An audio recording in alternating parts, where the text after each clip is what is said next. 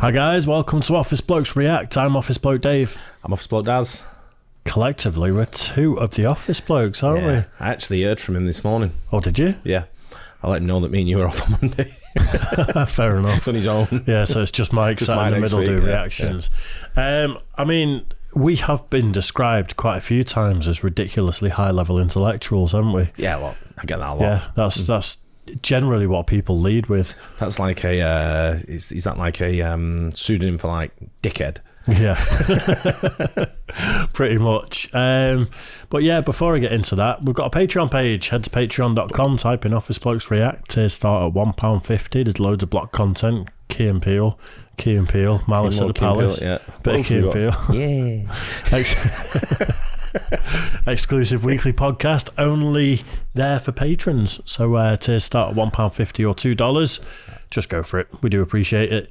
So I saw a little clip of this the other day. A guy called Cameron Haynes, who's a bow hunter, he shared like on one half of the screen it's him like hunting and then preparing a deer that is dropped with an arrow, and on the other side was 2 minutes of her speech. Who is she? I don't know. It's Oxford University, so I presume she's some sort of intellectual or public speaker. I don't know the context, but like I say, I've just heard a couple of sound bites and I found it funny. And I think some high-level boffins at this uni, aren't they? Yeah, there really is. I think it should be pretty funny, but we'll see. What's it about? Beyond meat debate. Oh, so vegetarian, vegan sort of. She essentially sort of conflates the meat with racism and misogyny and all this sort of stuff. And I suppose if you're waving your meat around in people's face, then that could be classed as misogyny. Anyway, let's get into it. Carol Adams, Beyond Meat debate. I've read the motion, and I believe we should move beyond all meat. So, what we choose to eat has consequences far beyond the circumference of our plates. Specifically, your vote tonight expresses your allegiance to or rejection of a white supremacist patriarchal worldview. Do we vote to further inequality and sustain world-destroying violence? In the sexual politics of meat, I introduced the concept of animals I don't know what she's on about. Reference. Sexual politics of meat. Choking the chicken. Yeah. That's what I'm thinking. Feeding the horse. You do it. It's instantly, like, if you just look at people's faces in the crowd. You sure this is Oxford University? It's Oxford University. Legitimately. I heard about it on a podcast a couple of weeks ago, and I'm glad the video's surfaced. Who are them three guys sat at the back? They're probably like, it's the union, isn't it? Oxford Union. Student committee or something. I don't know. She's American, isn't she? Instantly, it's just, yeah, look at her. Imagine getting an invite. Carol Adams is going to speak about Beyond the Meat debate. You'd be like, that should be funny. Well, I know. Well, the girl that's sat on the right, she's called Michaela Peterson, and she's the daughter of a clinical psychologist that's really like internet famous. Used to be a lecturer at Harvard. She's got loads of autoimmune issues and is exclusively on a meat diet. All she eats is meat, and I think it's just exclusively lamb. No veg, no fruit, nothing. She just doesn't advocate it, but she. Sorry, that's all I can think about now. I know. But she says for her personally, it helps with her autoimmune issues. But she doesn't go around telling people just to eat meat. And I think it's the two of them with the opposing views there to debate in front of lots of intellectuals. I'm just looking at the people involved, and if there's ever like a show you can make, and just drag people in to sort of like play certain parts. That's it. It's got everything in that picture. It absolutely does. Yeah. It's almost like watching a Netflix original show where Anyway. In order to be eaten, animals must disappear as living beings, that is, be killed. They then disappear conceptually, as so many forms in which we eat animals' corpses are massaged by euphemistic language. Hamburger, steak, pork, bacon, etc. Even the speaker just before me talked about turkeys. He's talking about dead, butchered turkeys of whom part of their bodies will be eaten. Meat eaters order leg of lamb, not a baby lamb's leg. The animals cannot possess their own body parts. Tonight, think about how the language of our debate has or has not participated in the structure of the absent referent. Who disappears and why? 21st century animal eating requires our complicity in a new colonialism. We know how settler colonialism worked, an erase and replace system that forced indigenous people off the land, replacing them with cattle and white settlers. I recognize today as Indigenous Peoples Day. I guess that's where the racism thing is coming in that she's saying, because it's the upheaval of indigenous people to make farmland out of their land. I think that's the point she's trying to make. I'm just distracted by this guy in the red leather coat. He's not there looking around going like, is it just me hearing this or what? Just look at that face. I know, he's like... She needs sectioning. She really does. Something wrong with her. I know. Yeah. She knows all about the struggles of indigenous people, though. Look at it. Absolutely. One of the defining aspects of the colonial legacy is an ongoing white supremacist belief system and an ownership paradigm. When you own the land, you get the title to it. Nope. Entitlement and ownership are linked. All the justifications for the taking of land by white colonial authorities included the claim, well, the Indians can't prove they own the land. Hunting exists within this colonial ownership paradigm. It presumes that animals don't have title to their own lives. Once dispossessed of their lives, the hunted animal can become your property. On that point. In a minute. Approximately 90% of Native Americans were killed off by erase and replace settler colonialism. It's the new colonialism that boasts, I'll hunt for myself and be grateful like the Native Americans. As well, like the Native Americans, I thank the animal for their sacrifice. And I wonder, how do you know the animal would have picked you to feed off their corpse? So she's obviously a big advocate of indigenous people and Native Americans and stuff. Didn't they eat meat? Well, what happens when a tiger or a lion eats a deer? Well, it should be on a plant-based diet by now. They're pretty woke, tigers and lions, aren't they? She's fucking off a rocket, girl. She's absolute nuts. That best the guy walking past like the guy on the this is comedy. It is, isn't it? But the guy on the left, he's like, distracting me. He's struggling so much. Oh, it's good. If you only heard her and didn't see her, wouldn't you know she looks exactly like that? Absolutely, yeah. It's like a Theresa May sort of like look, isn't it? It is. It really is. The argument that hunting is ethical presumes that some primeval form of eating exists, unmediated by corrupting influences of society. There's no room in the new colonialism for an indigenous worldview to exist. Instead, it collapses more than 100 Native American nations into one amalgam and attributes a static indigenous worldview that erases those nations that were predominantly vegetarian and lived in urban areas. The new colonialists see nothing wrong with a pick and choose approach to indigenous thought that never engages with the survival issues indigenous peoples are facing this today. This is where a perfectly placed fart would just kill the room, wouldn't it? How's she getting this long?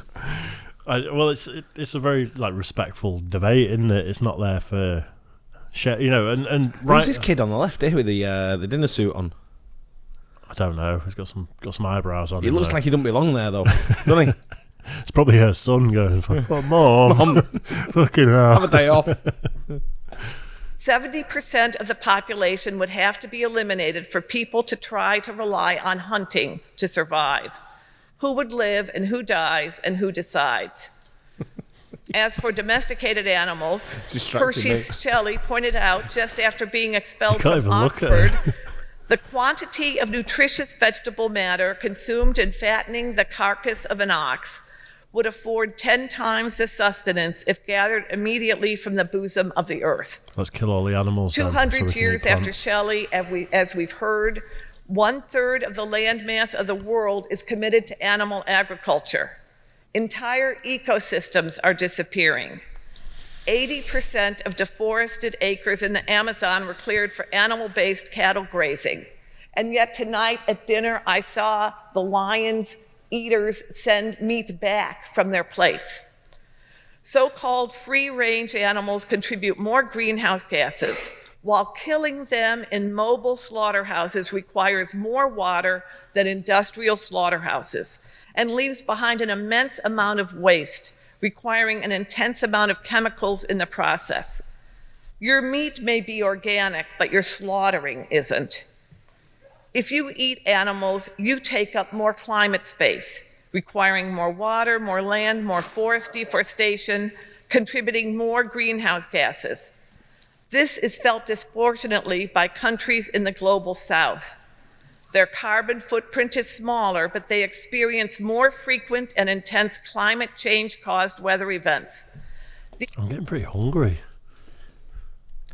What does she do during the day and night? She just sniffs her own farts, doesn't she? That's literally what she does. Oh, I'm great. What kind of life do you live being like this? You know what I mean? It's got to be such a struggle if everything's a fight. I think that's what I'm saying. Everything's a battle, isn't it? Yeah. Anyone that's militant like that to the degree about anything, I just think just have a day off. Just relax. Have a year off. Do a gap year. Yeah. I heard there's a radio advert at the moment for being flexitarian. What's that? Which is when some days you might be veggie, some days you might eat meat, and it's a more conscious approach to sustainability. I think, most meat eaters aren't just eating beef jerky between meals and just like everything. Sometimes just chewing on a steak as they're walking down the street. Sometimes I have a lot of vegetarian food, a lot. And most meat eaters do. You might have like a nice little tomato soup and just dip a bit of bread in it. There's no meat in that. Yeah. But there is when you leave the room. You leave it on the side, and that's a couple of boiled eggs. That's not meat. Events especially affect girls and young women.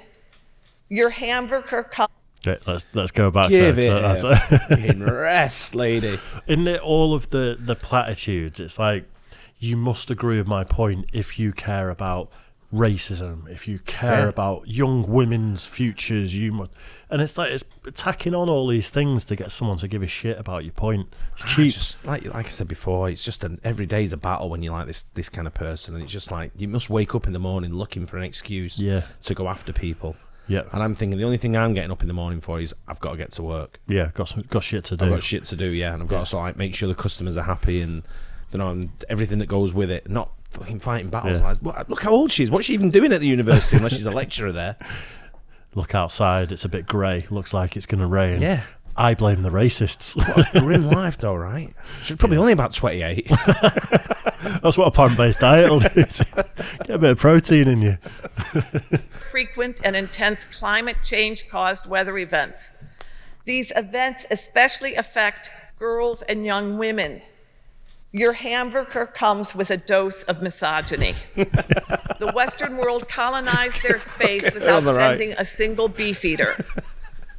Through colonial power, the diet of beef-loving English people became normative. The food heritage of pre-conquest peoples, like the land itself, was overrun. It was the colonizers, especially the British, who declared that the virility of meat-eating nations explained their success over the supposed feminine and weak rice-eating countries they defeated.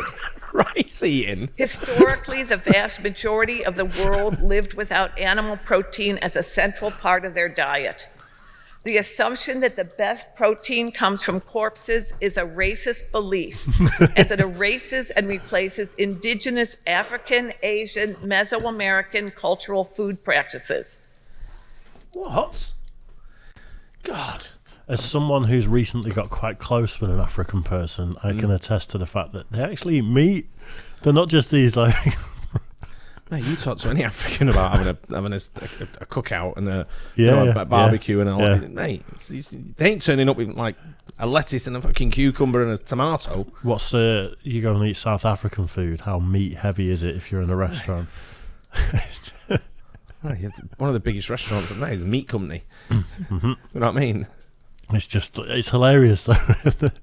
It's actually exactly what I needed this morning. Imagine being married to that. Well, you'd have to be worse. You'd have to be so cooked out and just be like, where's she getting all this info from? She's making shit up. She's using like she's one of those, obviously one of those people who throws in some statistics she's got from somewhere to back up other points, and all of this like. Well, I mean, there's so much we can. I'm no expert in it. If you want to be a veggie, you want to be a vegan, you go and do it. I'm all for that. Do whatever you want to do. Do whatever you want to do. Just don't bother me with it. Just don't say because you eat a burger that you're racist. Misogynist. But all the rice eaters over there, I'm pretty sure that was quite racist.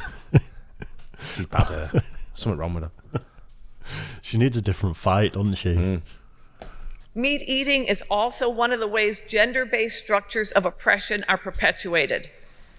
Men in the West are taunted to renew their man card by eating meat because that's what real men do.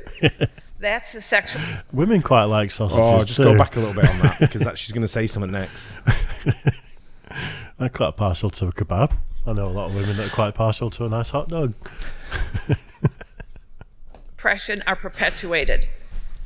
Men in the West are taunted to renew their man card by eating meat because that's what real men do. That's the sexual politics of meat, and it reveals how unsettled masculinity really is. Look at massaging his Back home, my library card is good for 7 years, but a man card can expire between breakfast and lunch if someone eats a veggie burger. Masculinity, a construct of the gender binary facing constant destabilization, feels always under threat, and eating animals is its protection racket. Question? That's why after 9/11, That's why after 9/11, a focus on men as heroes and on meat eating became part of the reclamation of a wounded masculinity. When a black... This is one of the best videos we've reacted to in ages. It's actually the best video I've ever seen. Yeah, it's so amazing. And that timing there. Question? Yeah. No. Yeah. It's just... I mean, I absolutely love it. I think everyone should watch this video. But it's just... It's absolute madness, isn't it? Can you imagine just like being around someone like that?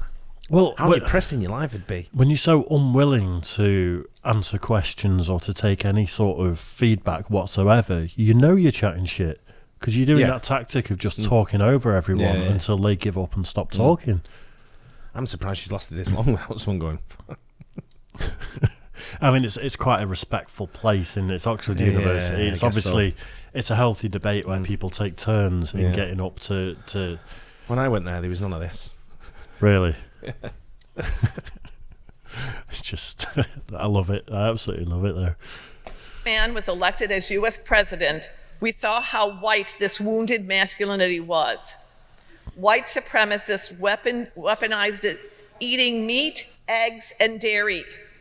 Images of milk-drinking white men, of platters groaning with meat, and the baiting of liberal men as so-called soy boys are all part of the neo-Nazi messaging.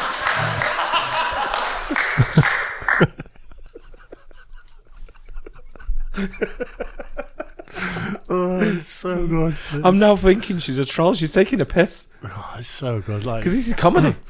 Well, we all knew that Hitler used to say, "Soy boys." He had his list of groups that he was exterminating, and like soy boys were at the absolute top. Jesus Christ! Even Sunita did a song about it. There's a thing, I don't know if it's like a theory or if it's a conspiracy theory or if it's true or not, but that the overconsumption of soy, I think it contains high amounts of pheromones, and they're saying that it's making guys grow tits. Do you eat it a lot? No, I just drink a lot of booze. That has the same effect. This is their right, the neo-Nazis say. This is their identity. The new colonization rests on the unstable foundation of white men's insecurities. Look at the way people, men, in the animal industry speak of female animals as willing and ready to be made forcibly pregnant, which female animals are powerless to resist. There'd be no meat eating without the constant forced reproduction by female animals. Yet popular culture is flooded with references to sexy cows, sexy pigs, sexy chickens, sexy fishes, who all just want. What the? That's a bit of the clip that I saw. It's like, what are you talking about? Sexy cows and sexy chickens? I've never heard that phrase or anyone even mention anything like that. God. Oh my God. What is she talking about at this point? Like, what to really think, what is she talking about? When have you heard sexy cow? I don't know, but I've kind of had enough of what she's talking about. I want to get to the end bit now where they say, get out. Don't ever come back. Someone just throws a chicken fillet in her face. Slaps her. Oh, God. Yet popular culture is flooded with references to sexy cows, sexy pigs, sexy chickens, sexy fishes. Get over here, you sexy who all fishes. Just want to have fun. They want to be pregnant and they want to be killed because this feminized sexuality wants to be eaten. The only desire animals are credited with possessing is the desire to be consumed, which strangely can only be expressed after their death. Real life tells a different story. Animals try to escape from slaughterhouses or farms. When able, cows try to reclaim their calves, taken from them so their nursing material can be monetized and sold to humans. They fight and resist the fate the colonial empire claims is their welcomed destiny. Some meat eaters are afraid of what they will feel if they look too closely at the degradations that constitute animals' experience. Mention disabling practices or the devastating separation of cows and their babies, and we hear meat eaters exclaim, "Don't tell me." Why are they afraid of the feelings such knowledge produces? They accept a patriarchal construct that views feelings as unruly and untrustworthy, causing chaos. To say you care about animals is considered a sign of weakness in a world still committed to the gender binary that values stereotyped masculine reason over stereotyped feminine feeling and wants order. And yet the reasons we hear are so irrational. If I did not eat animals, they never would be born. He's going again. Meat eaters, like anti-abortionists, have forgotten that one quality of non-existence is not having awareness about existence. Meat eaters say, why, if we put prisoners to work in slaughterhouses in England, they will be learning a skill. I did not know that killing was a skill generalizable to other jobs. The new colonialist boasts, I only eat meat from locally owned farms, and I know the farmers there love their animals. If killing what one loves is standard practice, I hope they don't start loving me. What about carrots? What about... I think she's not in much danger, that's for sure. What about carrots, though? She's about to talk about my people here, so I'm ready for this. A good pause, that, Dave. Someone for everyone. It's the gift that keeps on giving, this video, though, isn't it? Like I say, I saw maybe a 1.5-2 minute clip of it, and I just instantly I was like, that's gold. That is absolute gold. She's the sort of woman I'd get sat next to on a plane. Yeah, but would you troll her? Like, would you start talking about... Do you know what I do? I have a trick that I do, and this is, I'll let you in on the secret. When people sit next to me on a plane, and I'm not keen on them being next to me, I tend to knock a drink over and tell them it was them that knocked it over when they stood up on the seat. On their seat? Yeah. So it's like, they try and squeeze, and I'm like, bing, knock the drink over, and I go, whoa, you've knocked your drink over here, it's all wet now. And then... They've got to move. They've got to move, yeah. Wow. Learned something about you there. So what happens when it's like you've got empty seats all around you because you keep going... Well, no, I was lucky enough when I used to travel, I sat just where there was 2 seats. Yeah. There wasn't a row of 3 or anything. Fair so I just enough. used to and make sure there was seats available first that you could move to, but just away from me. I'd eat some meat in front of her if I was sat next to her on a plane. Oh, big time. I'd be all over that. And then I'd when be like, she- can I have like 4 hamburgers? When she starts having a go at me, I'd be like, steward, I'm being harassed by this woman. She's harassing me over my life choices, and I feel very threatened. Oh, I'd be so male. Yeah. She said meat is murder, and I think that was a threat. I think she was threatening to kill me. You can get her tied I'd even up. play I'd have music going, I'd have I'll tell you another story about on the plane one another time. Start loving me. What about carrots? What about carrots, we're asked, though I've never seen a meat eater leap into the road to save a carrot from being run over by an automobile. When all else fails, meat eaters assert that animals are not our equals. One would think such an equality would require us to respond more, not less sympathetically. Meat eaters tell me it's so hard to change, and yet I watch them work even harder not to change. If you all agree that 95% of meat is from factory farmed animals and it's wrong, stop eating it. Go to your colleges and eat the vegan option, which every college at this campus offers. It's very simple. If you agree with the basic things so that we're not even debating factory farms, then act on it. So, is our global outcome to be determined by people afraid to change who are going to hold on to some old conceived notion of power?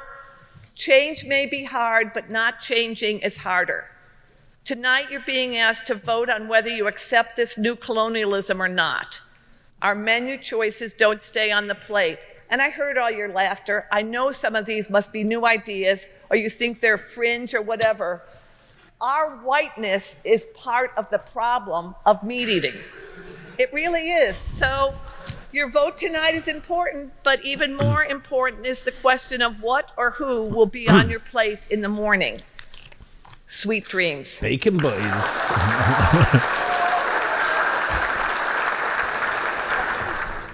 She actually, I didn't get to see what everyone going like, get out. I think there's going to be, they obviously post all of the debates. I don't think we need to see any counter arguments or any of that though. She's just done it herself. She makes me want to eat more meat. I was debating what to have for dinner today, but I'm like, beef. I'm having some dinner. I might have beef, lamb, and chicken. I'm gonna have sexy fish. Have sexy fish. I'm gonna have sexy fish. I want a sausage stuffed into a fish. Stand by, Lee. A sausage stuffed into a fish, stuffed into a chicken with in a cow's face. Oh God, so barbecue. What's wrong with people like that? That's like you say, that's tiring. She oversold herself by using too many sort of tropes and like just conflating things. If she would have stood there and said, "Listen, factory farming does contribute towards climate change in quite an unethical way," you know, she made like legitimate points. People in the crowd would probably be like, "You know what? I kind of see your point. Maybe once a week I'll have a salad," or you know, like a little bit of a change. But to go, you're a Nazi because you eat meat and it's white supremacy and you're white privilege. Do black people and Asian people not like eating meat as well? And what is it when they eat meat? Are they Nazis? She's off a rocker. I can't take anything she says serious, and it's just it's good comedy. That it's amazing comedy, wasn't it? That was funny. That moment of timing as well, where she took the drink of water and someone went, "Question." No. Why won't you answer questions? When she finished, she packed up her papers and did one. Yeah, didn't she? She walked away from the box. So no questions, no debate. It was just a statement. I do like the fact that people clapped and sort of let her say her piece, applauded her for saying her piece. This healthy debate, like but you probably get banned from the society if you start. It's obviously a very well structured committee sort of thing, the way they've got it there. But that's what debate should be. In that everyone should be allowed to say their piece, and then someone else can come up and counter whatever they said. So I'm all for that. I think that's great, and people should have their platform. But we should also have our right to sit there in a leather jacket and a tie and shaking like that, trying not to laugh the whole time. Pulling out a burger out of his pocket. My bro told me about someone that used to take pocket sausages to work, and he'd like cook 8 sausages before work and have them in his top pocket, and then just be sat at his desk and be like that. Yam 8 sausages as his snack. A pocket sausage. Pocket sausage, yeah. It's not what you think. Right. It's part of the patriarchy, the pocket sausage. You've got to be careful. Exactly. Especially if you're in a position of power. She needs sectioning. Something seriously wrong with her. She needs a bit of protein. She needs a bit of... She's a comic. I think that's serious. I'd be surprised if you can blag your way to that level being a comic. She needs a bit of vitamin B12, maybe some omega-3, and she'll be fine. I'm guessing she went home to a cat and went, "I told them." How can you talk about the sexualization of meat and not talk about cats? That was low-hanging fruit, that really was. Who's heard of a sexy cow? What are you talking about? I suppose like you get feeders, don't you? Sweet cow. Sweet cow. I mean, sweet cats. She missed out on so many. Look at that wet cow over there. Look at that wet fish. We're going away. Anyway, yeah. I hope you were as annoyed as her as I was. If you see it in a village near you, run. Catch you on the next one. Cheers. Guys.